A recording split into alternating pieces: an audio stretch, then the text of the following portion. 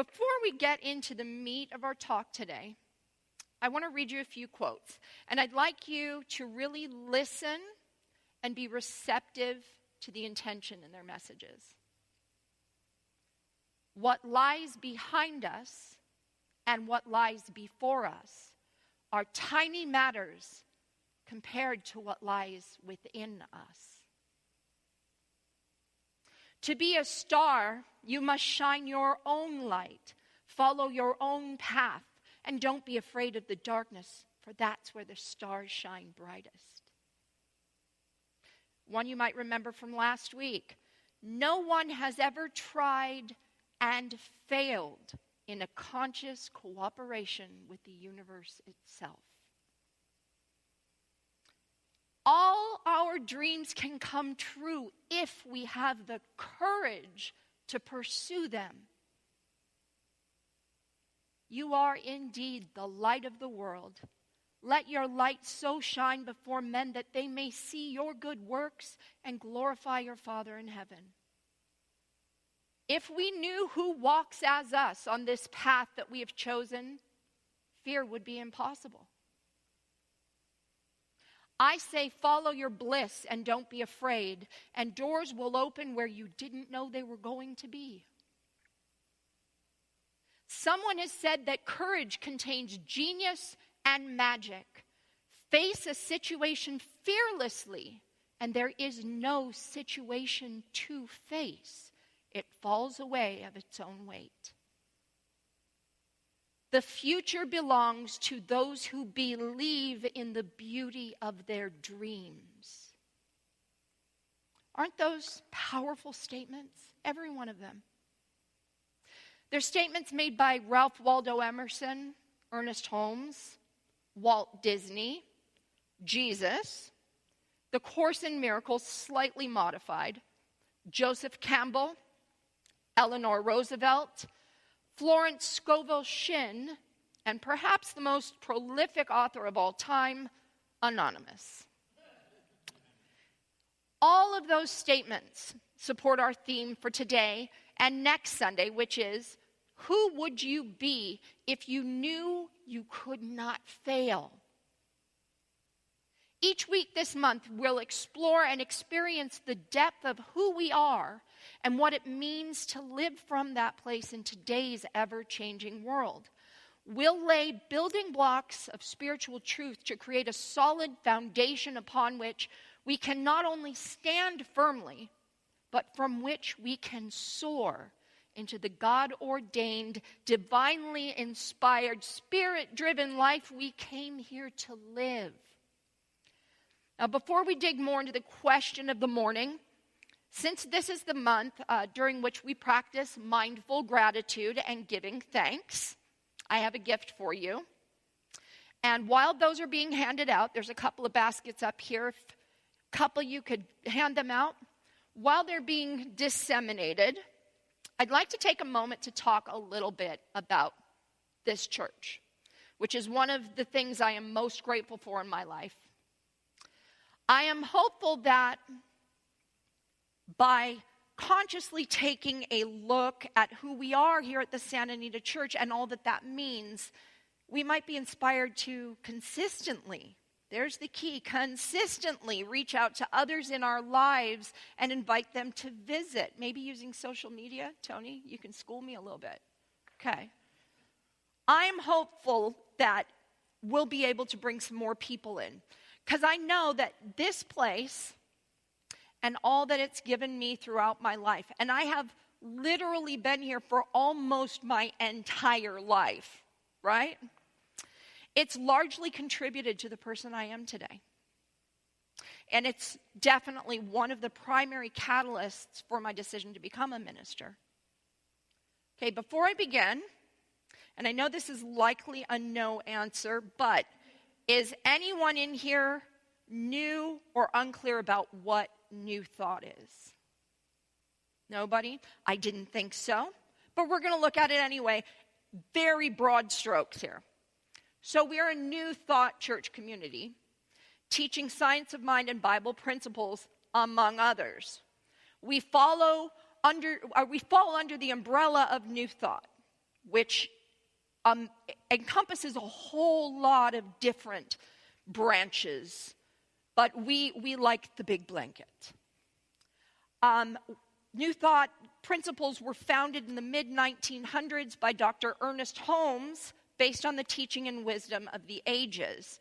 But honestly, if you really look back, it goes as far back as Aristotle and further. So you look at ancient thought, New Thought is just what happened when ancient thought left off. It is a continuation of the thought. It is not a brand new concept. Our church slogan is, one spirit, many paths. What that means, in a nutshell, is that we are a blending of spiritual philosophies that help us to create a personal, intimate, no intermediary needed relationship with God, realizing that the highest God and the innermost God is one God. Helps us to take full and complete responsibility for our lives because we've come to realize that we're not victims, but rather powerfully creative beings. We went all over that last month.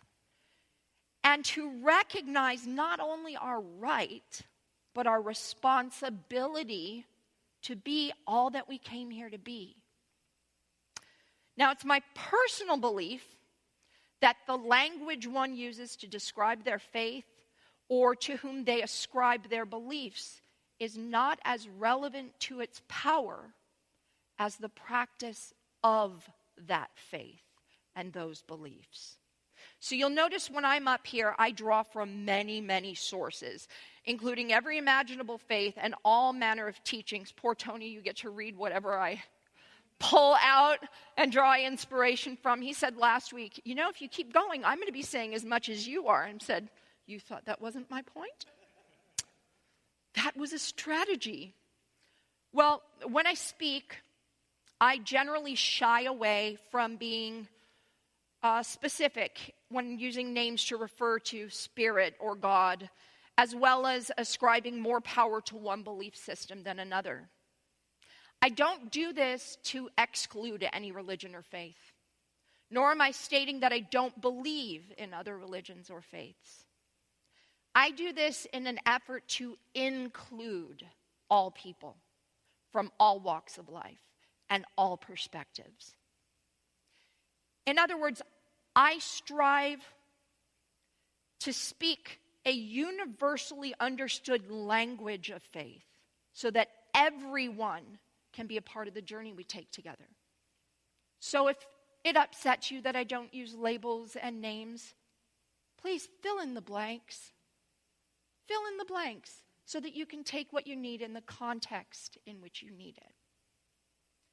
Whether or not you agree with my personal perspectives, please know that we at the Santa Anita Church are here to support you in every way, but also in diving deeply into your own divinity, your own innate beauty and perfection, so that you might break free of any limiting paradigms and soar into your greatness. Okay? Okay, does everybody have a journal now? Okay, this is a 40-day journal. I have blisters to show for these folks.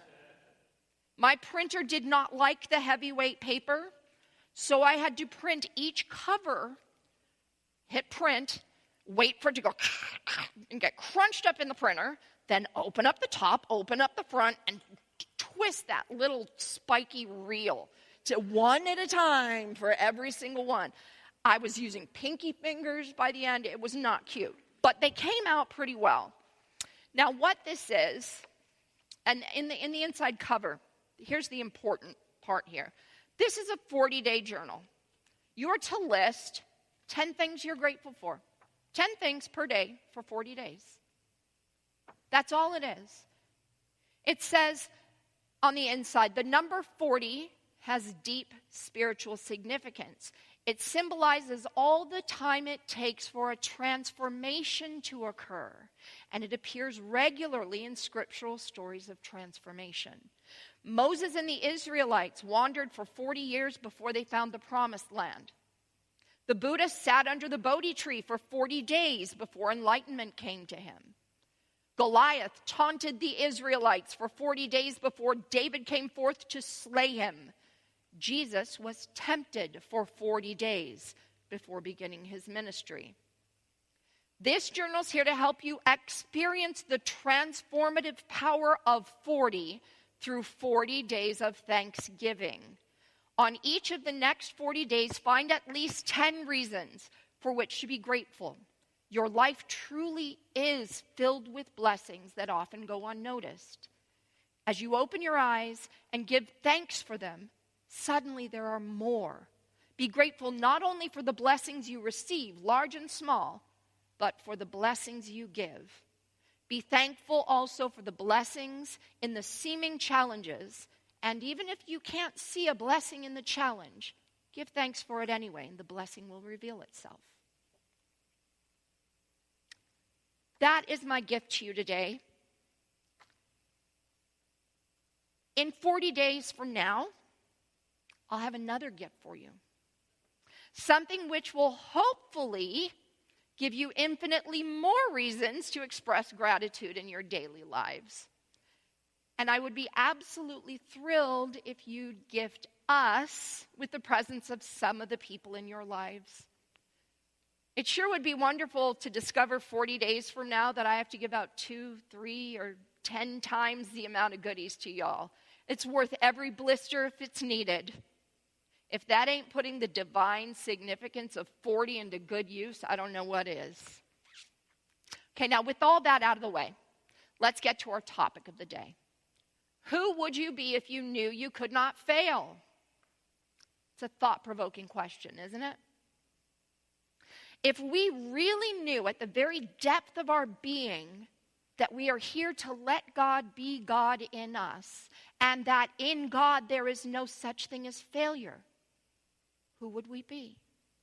How would we move forward? How would we show up in our actions, our interactions, and our reactions? Who would we be?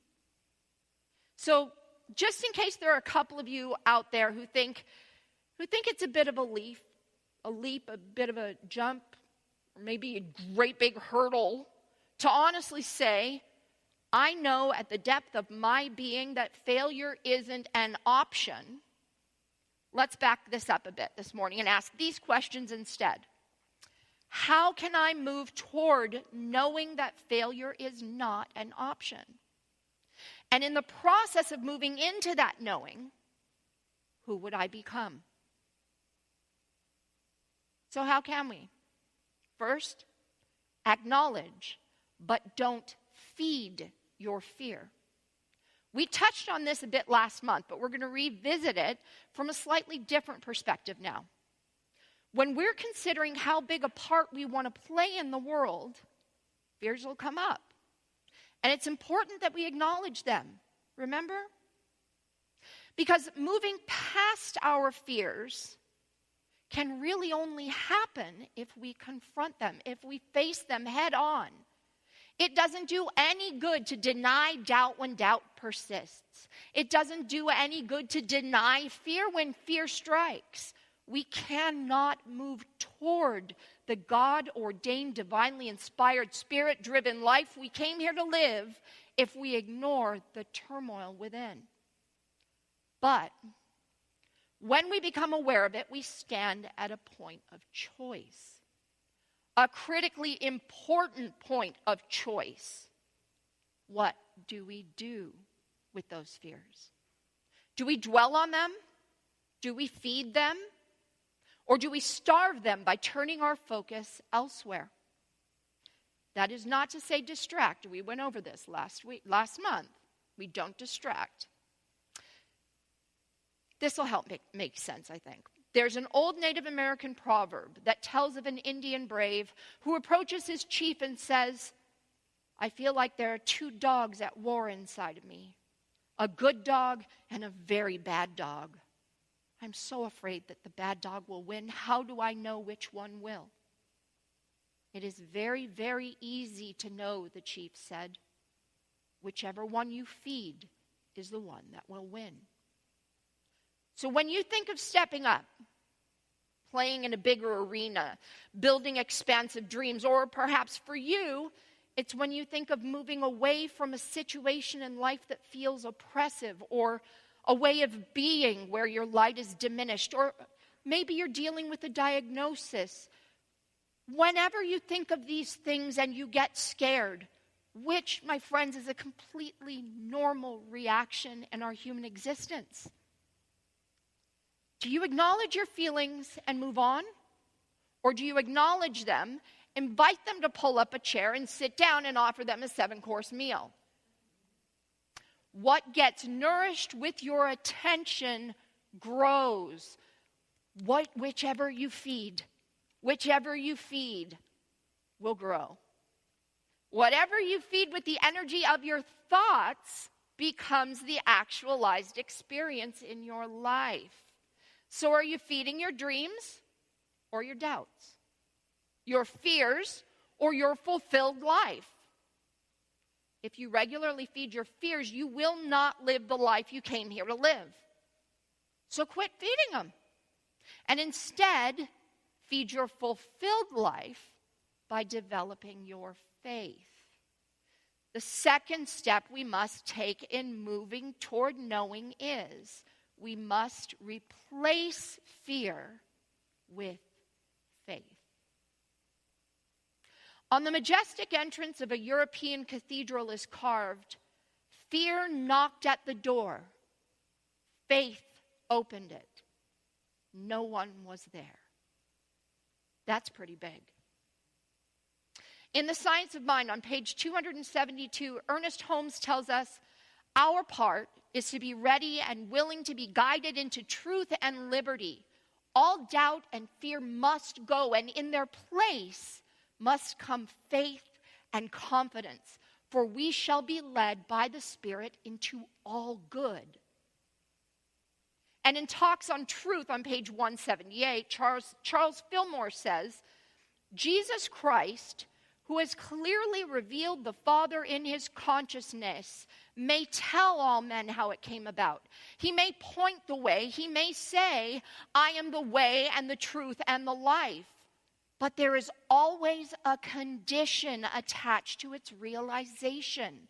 One must exercise faith, keep his sayings, and follow him.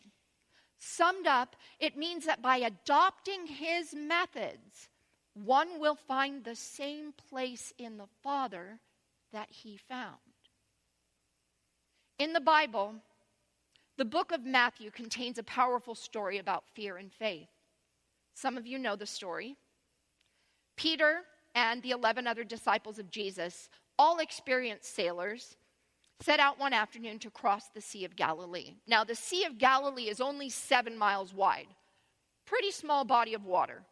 But during the crossing, a howling storm arose, sounding great waves crashing against their boat. Soaking wet, the disciples were stuck in the middle of the sea, fearing for their lives, when they spotted Jesus walking toward them on the water. At first, they thought he was a ghost. But Jesus immediately spoke to them, saying, "Be of good cheer, it is I, don't be afraid." In a modern context, that's, "Hey, y'all, it's just me, chill out." But frankly, they really were pretty afraid. I mean, come on, wouldn't you be? But Peter, the bravest of the bunch, answered him and said, "Lord, if it is you, command me to come to you on the water." So Jesus said, "Come." And when Peter had come down out of the boat, he walked on the water to go to Jesus. But when he saw that the wind was boisterous, he became afraid. And beginning to sink, he cried out, saying, "Lord, save me!" And immediately Jesus stretched out his hand and caught him and said, "Oh, you of little faith, why did you doubt?" There are many interpretations of this story. Some people believe that the message is that if you lose your faith, not only does Jesus scold you, but splash, you sink underwater. But perhaps the true meaning is deeper than that. When we're trying to stay afloat in a rocking boat, which is what we cling to, thinking we'll be safe, something greater calls us to step out. This isn't like stepping out onto a sidewalk. You're being called to step out where you cannot see, where no solid ground exists beneath your feet. Only a fool wouldn't be afraid to step out in times like that. Peter, however, feeds his faith. He says, Lord, if it's you, command me to come to you. He asks his Creator for direction, just as you invite guidance and direction from Spirit. Jesus replies, come to me. So focusing only on Jesus, Peter puts one leg out and then the other, and he walks on water. Focusing only on Jesus, nothing more. But then the Bible says he saw that the wind was boisterous. At that moment, Peter fed his fear of drowning more than his faith in Jesus. And he started to go down, just as any of us sink when we're overcome by fear. There are two more key points to this story that are often missed. One, Peter immediately asked for help. He called out to Jesus, and instantly Jesus responded. When you begin feeding your fear, when you find you have those moments, stop and ask for help. The Spirit of God will not hold back when you ask authentically. Remember Ernest Holmes' quotes that I gave you a moment ago? We shall be led by the Spirit into all good. And Charles Fillmore's words, one will find the same place in the Father that Jesus found. I'm not saying to only reach out to God, but to reach out to one another. Later this month, we're going to explore the power of reaching out to others. So there will be more on that coming. Now, that second point we forget about Peter's story is that, for a few moments at least, Peter did walk on water. Many have criticized Peter for losing his faith, for sinking. But remember, he was the only one of the 12 who was willing to get out of the boat. His willingness to move beyond where he sat demonstrated a faith beyond that of his companions. Peter walked on water and so was forever changed. He stepped out of fear and onto a plane where he was kept afloat by the power of his faith. Peter did not fail. He moved one step closer to his greater self. Now come back to dry land and imagine that your own intention for your expanded life is being challenged by fear. Look at those fears. We identified some of those last month. How can you replace them with faith? What are the words, thoughts, and feelings of faith that will serve to support and nourish that expanded life? Well, how about remembering these? What lies behind you and what lies before you are tiny matters compared to what lies within you. Ralph Waldo Emerson. To be a star, you must shine your own light, follow your own path, and don't worry about the darkness, for that's when the stars shine brightest. Anonymous. You cannot try and fail when you're in conscious cooperation with the universe itself. Ernest Holmes. All your dreams can come true. Just have the courage to pursue them. Walt Disney. You are indeed the light of the world. Let your light so shine before men that they may see your good works and glorify your Father in heaven. Jesus. If you knew who walks as you on this path that you have chosen, fear would be impossible. The Course in Miracles. Follow your bliss and don't be afraid. And doors will open where you didn't know there were going to be. Mythologist Joseph Campbell. Someone has said that courage contains genius and magic. Face a situation fearlessly, and there is no situation to face. It falls away of its own weight. Florence Scovel Shinn in The Game of Life and How to Play It. The future belongs to those who believe in the beauty of their dreams. Eleanor Roosevelt. Remember these, my friends.